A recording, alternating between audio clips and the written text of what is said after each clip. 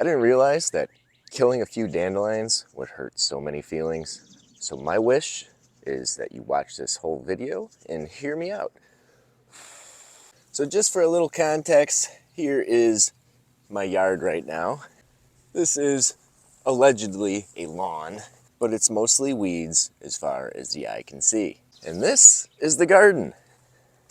And people got mad at me because I came into my garden, I took a slab of wood and put it on top of the dandelion to smother and kill it. So people said, you must hate dandelions. Or other people were saying, don't kill it, use it. And here's the issue. If I were to use every single dandelion that popped up on my property, I'd probably end up with some health issues.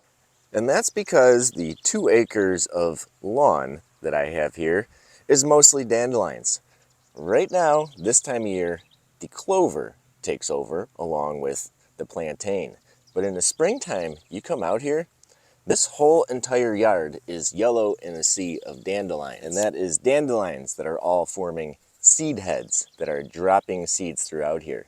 So there's going to be even more dandelions. In the next couple years, this whole entire thing is going to be dandelions and clovers and probably very little grass. And I'm completely fine with that. A lot of people want a perfect lawn. I don't want a perfect lawn. This is my idea of a perfect lawn. I can come in here and you mow it and it looks just like every other yard. And the stuff like the dandelions and clovers, they grow back really quick and refill this out. But just because my lawn is a mat of dandelions and clovers doesn't mean that the garden should be.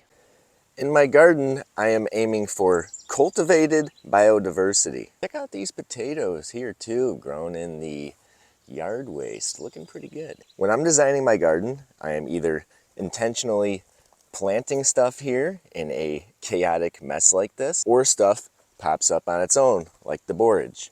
It's a battle for space in here, so I get to decide who lives and who dies in these areas. So when something like the dandelion shows up, and it will with all the seeds on the outside here, I can utilize this. I don't need to worry about taking this plant out. If I was to eliminate this dandelion, more would just replace it. So I can come through, I could yank out every single dandelion in here and still not get them all. I can fill a bucket up, I can take these, I can feed my peppers the dandelions with a little bit of chop and drop. The chickens absolutely adore dandelions. So no, I don't hate dandelions. That's not why I'm yanking these dandelions out. I'm yanking them out to use them because I know it's going to grow right back. So why smother the dandelions in this orchard area instead of pulling them out and using them? That's a great question. You see, to construct my orchard space, I lay down lasagna layers of cardboard and wood chips to smother the weeds. Dandelions have no problem popping up through that. But when they do, they make a penetration. And just like this plantain is done by making a penetration, it is allowed in the quack grass. Probably the worst thing I have to deal with in these areas. If I just leave this quack grass, it will take over this whole entire area. So I have to keep smothering it. So I don't want any penetrations in this cardboard. So when I smother those dandelions and they're gone at some point, it also takes out anything else that could pop up through that little penetration left by the dandelion. And it gives us this really nice blank canvas here with absolutely no weeds popping up. And as long as I give this enough time to kill off all the quack grass underneath here without being able to pop up through any penetrations made by dandelions and plantains, next season, this is gonna be a nice blank canvas to work on. And at that point, I can dig in here and we'll have some really good soil and I can come through and plant stuff like pumpkins in here without having to worry about the quack grass popping up.